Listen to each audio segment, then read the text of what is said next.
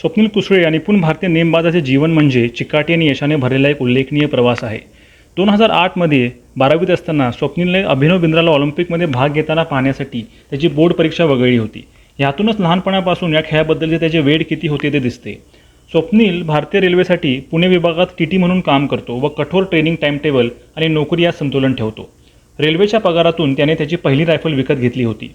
स्वप्नीलने 14व्या वर्षी महाराष्ट्रातील क्रीडा प्रबोधिनी योजनेद्वारे शूटिंग करिअरला सुरुवात केली. 2015मध्ये आशियाई नेमबाजी चॅम्पियनशिपमध्ये ज्युनियर कॅटेगरीमध्ये सुवर्ण व राष्ट्रीय चॅम्पियनशिपमध्ये त्याने अनेक सुवर्ण पदके जिंकली. त्याने 2024च्या पॅरिस ऑलिम्पिकसाठी इजिप्तमधील कैरो येथील जागतिक स्पर्धेत 4थे स्थान मिळवून ऑलिम्पिक कोटा मिळवला. पॅरिस ऑलिम्पिकमध्ये अंतिम फेरीसाठी पात्र ठरणारा आणि पुरुषांच्या 50 मीटर रायफल 3 पोझिशन्स टीम इव्हेंटमध्ये पदक जिंकणारा तो पहिला भारतीय ठरला.